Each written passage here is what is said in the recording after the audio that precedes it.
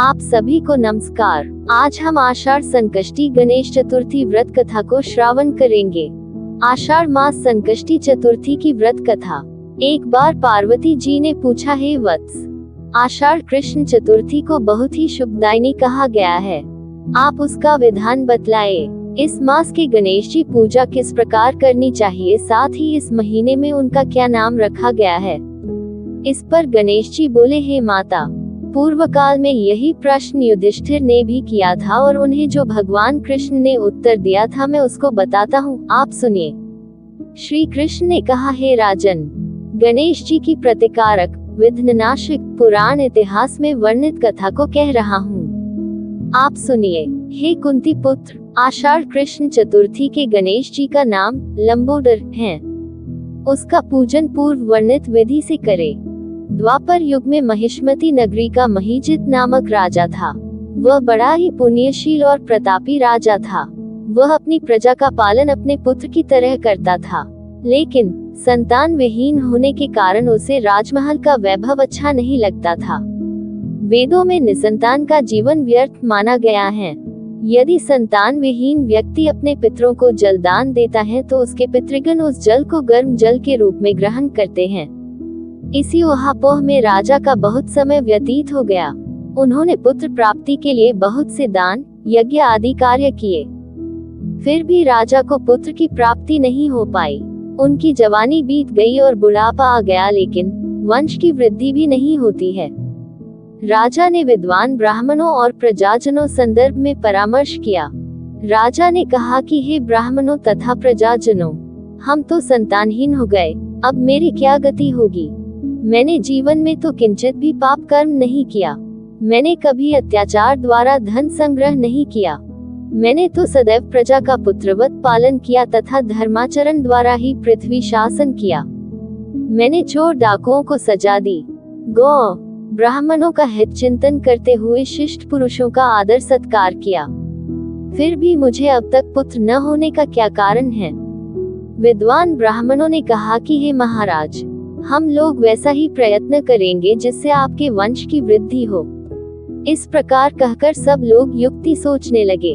सारी प्रजा राजा के मनोरथ की सिद्धि के लिए ब्राह्मणों के साथ वन में चली गई। वन में उन लोगों की मुलाकात एक श्रेष्ठ मुनि से हुई। वे मुनिराज निराहार रहकर तपस्या में लीन थे। ब्रह्मा जी के समान वे आत्मजीत, क्रोधजित तथा सनातन पुरुष थे। संपूर्ण वेद विशारद, दीर्घायु, अनंत और अनेक ब्रह्म ज्ञान संपन्न वे महात्मा थे। उनका निर्मल नाम लोमश ऋषि था। प्रत्येक कल्पांत में उनके एक एक रोम पतित होते थे, इसलिए उनका नाम लोमश ऋषि पड़ गया। ऐसे त्रिकालदर्शी महर्षि लोमेश के उन लोगों ने दर्शन किए। सब लोग उन तेजस्वी मुनि के पास गए। सभी लोग उनके समक्ष खड़े हो गए। मुनि के दर्शन से सभी लोग प्रसन्न होकर कहने लगे कि हम लोगों को सौभाग्य से ही ऐसे मुनि के दर्शन हुए। इनके उपदेश से हम सभी का मंगल होगा। ऐसा निश्चय कर उन लोगों ने मुनिराज से कहा, हे ब्रह्मर्षि, हम लोगों के दुख का कारण सुनिए। अपने संदेह के निवारण के लिए हम लोग आपके पास आए हैं। हे भगवान, आप कोई उपाय बताएं। महर्षि लोमेश ने पूछा, सज्जनों, आप लोग यहाँ किस अभिप्राय से आए हैं? मुझसे आपका क्या प्रयोजन है? पूरी बात स्पष्ट रूप से कहिए। मैं आपके सभी संदेहों का निवारण करूंगा। प्रजाजनों ने उत्तर दिया, हे मुनिव, हम माहिष्मती नगरी के निवासी हैं। हमारे राजा का नाम महीजित है। हमारे राजा का नाम महीजित है। वह राजा ब्राह्मणों का रक्षक, धर्मात्मा, दानवीर, शूरवीर एवं मधुरभाषी है। उस राजा ने हम लोगों का पालन पोषण किया है, लेकिन उन्हें आज तक संतान की प्राप्ति नहीं हुई है। उन्होंने कहा, हे भगवान, माता पिता को केवल जन्मदाता ही होते हैं, लेकिन असल में पोषक तो राजा ही होता है। उन्हीं राजा के लिए हम गहन वन में आए हैं। आप कोई ऐसी युक्ति बताए जिससे राजा को संतान की प्राप्ति हो। ऐसे गुणवान राजा को कोई पुत्र न हो, ये बड़े दुर्भाग्य की बात है। हे मुनिव, किस व्रत, दान, पूजन आदि अनुष्ठान कराने से राजा को पुत्र होगा? आप कृपा करके हम सभी को बताएं। प्रजा की बात सुनकर महर्षि लोमेश बोले, हे भक्तजनों, आप लोग ध्यान पूर्वक सुने, मैं संकट नाशन व्रत को बतला रहा हूँ। यह व्रत निसंतान को संतान और निर्धनों को धन देता है। आषाढ़ कृष्ण चतुर्थी को एक दंत गजानन नामक गणेश की पूजा करें। पूरे विधि विधान से व्रत करके राजा ब्राह्मणों को भोजन कराएं। साथ ही उन्हें वस्त्र दान करें। गणेश जी की कृपा से उन्हें अवश्य ही पुत्र की प्राप्ति होगी।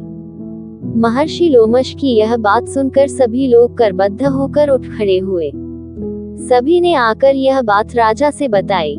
इसे सुनकर राजा बहुत प्रसन्न हुए और उन्होंने श्रद्धा पूर्वक विधिवत गणेश चतुर्थी का व्रत करके ब्राह्मणों को भोजन वस्त्र आदि का दान दिया। रानी सुदक्षिणा को गणेश जी कृपा से सुंदर और सुलक्षण पुत्र प्राप्त हुआ। श्री कृष्ण जी कहते हैं कि हे राजन, इस व्रत का ऐसा ही प्रभाव है।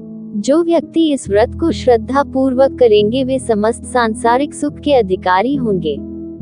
श्री कृष्ण जी ने कहा कि हे महाराज, आप भी इस व्रत को विधि पूर्वक कीजिए। श्री गणेश जी की कृपा से आपकी सभी मनोकामनाएं पूरी होंगी।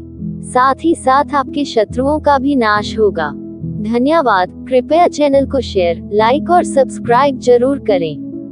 कृपया अपने किसी भी तरह के सुझावों अथवा विचारों को हमारे साथ अवश्य शेयर करें।